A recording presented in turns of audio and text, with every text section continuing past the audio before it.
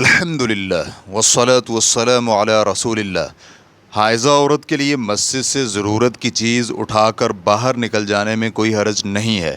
سوال کیا گیا ہے، سیدہ عائشہ رضی اللہ عنہ سے منقول ہے، وہ کہتی ہیں مجھے رسول اللہ صلی اللہ علیہ وآلہ وسلم نے مسجد سے کوئی چیز پکڑ کر دینے کا کہا تو میں نے عرض کیا میں حیض سے ہوں، تو آپ صلی اللہ علیہ وآلہ وسلم نے فرمایا تمہارا حیض تمہارے ہاتھوں میں نہیں ہے۔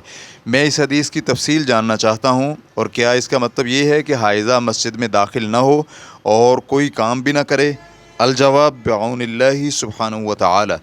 نبی علیہ الصلاۃ والسلام کا فرمان میں جنبی اور حائضہ عورت کے لیے مسجد میں جانا حلال قرار نہیں دیتا، اور اللہ سبحانہ و تعالی کا فرمان ہے یا ایھا الذین آمنوا لا تقربوا الصلاۃ وانتم سکارى حتى تعلموا ما تقولون ولا جنبا الا عابری سبیل حتى تغتسلوا۔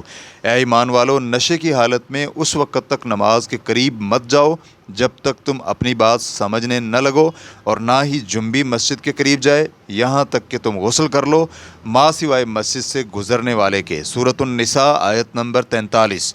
یہاں اللہ سبحانہ و تعالی نے گزرنے والے جنبی لوگوں کو استثناء عطا فرمایا ہے، چنانچہ یہاں پر حائضہ خاتون کے لیے بھی مسجد میں بیٹھنا جائز نہیں ہوگا، لیکن مسجد سے گزر سکتی ہے۔ ایک دروازے سے داخل ہو کر دوسرے دروازے سے نکل جانے یا مسجد سے چٹائی، کتاب، برتن یا کوئی اور چیز اٹھانے والی حائضہ خاتون پر کوئی حرج نہیں ہے، کیونکہ نبی علیہ الصلاۃ والسلام نے جس وقت سیدہ عائشہ رضی اللہ عنہا کو چٹائی لانے کا حکم دیا، اور حدیث کے الفاظ میں مذکور خمرہ کھجور کے پتوں سے بنی ہوئی چٹائی کو کہتے ہیں جس پر آپ صلی اللہ علیہ وآلہ وسلم نماز پڑھا کرتے تھے، تو سیدہ عائشہ رضی اللہ عنہا نے کہا کہ وہ حائضہ ہیں، تو آپ صلی اللہ علیہ وآلہ وسلم نے فرمایا تمہارا حیض تمہارے ہاتھ میں نہیں ہے۔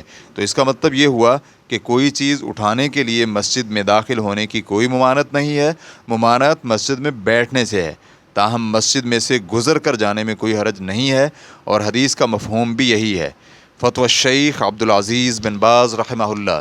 ریفرنس کے لیے دیکھیے فتاوی نور علی الدرب، جلد نمبر 2، صفحہ نمبر 678۔ واللہ تعالی اعلم۔ اسلام کیو اے ریکارڈنگز، مؤسسۃ الشیخ محمد صالح المنجد، المملکۃ العربیۃ السعودیہ، فتویٰ نمبر 146758۔ والسلام علیکم ورحمۃ اللہ وبرکاتہ۔